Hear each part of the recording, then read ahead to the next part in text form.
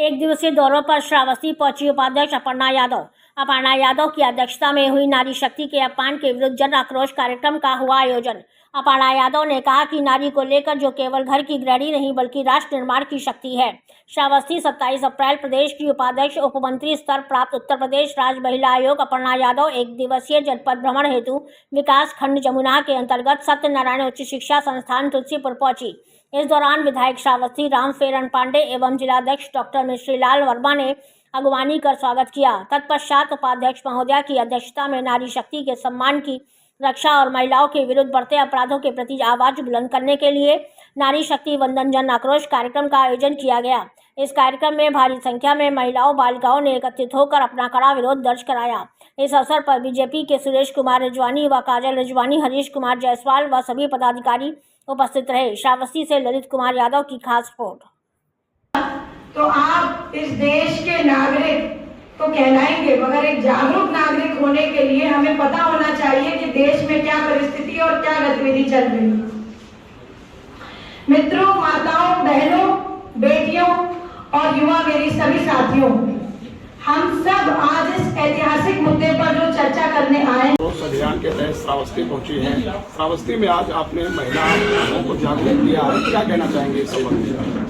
देखिए, बहुत इम्पोर्टेंट बात ये है, 17 अप्रैल को संसद में बहुत महत्वपूर्ण बिल को पास करने के लिए आदरणीय प्रधानमंत्री श्री नरेंद्र मोदी जी ने आह्वान किया था और सभी दलों से ये बात कही थी कि इस पे अपना जो है समर्थन दें। और उस नारी शक्ति अधिनियम बिल की भ्रूण हत्या करी गई और 17 अप्रैल को इतिहास में एक काले दिवस के रूप में हमेशा याद रखा जाएगा, जब विपक्षियों ने इस बिल को पास नहीं किया और नारियों का, मैं समझती हूँ, पूरी आधी आबादी का अपमान हुआ।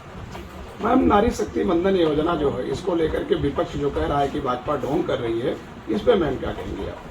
देखिए, सबसे इम्पोर्टेंट बात है, मैं आपको पॉइंट बाय पॉइंट बता देती हूँ, जो मैं प्रिपेयर करके भी लाई हूँ, कि आदरणीय गृह मंत्री श्री अमित शाह जी ने विपक्ष के झूठ को बेनकाब किया था। हमारे ये सबकी फुटेज आप लोगों के पास भी होगी और सारे देश ने भी देखा था कि स्पष्ट किया कि परिसीमन में किसी भी राज्य को नुकसान नहीं होगा। अमित शाह जी ने, बिल्कुल गृह मंत्री जी ने एकदम साफ साफ अपने उद्बोधन में पार्लियामेंट में कहा था, बल्कि दक्षिण भारत का भी आनुपातिक प्रतिनिधित्व सुरक्षित रहेगा और बढ़ेगा। सभी विपक्षी दल जो कोटा के भीतर धर्म आधारित आरक्षण की असंवैधानिक मांग कर रहे थे, उसको टालने की कोशिश करने के प्रभाव से विपक्ष की ये मंशा थी।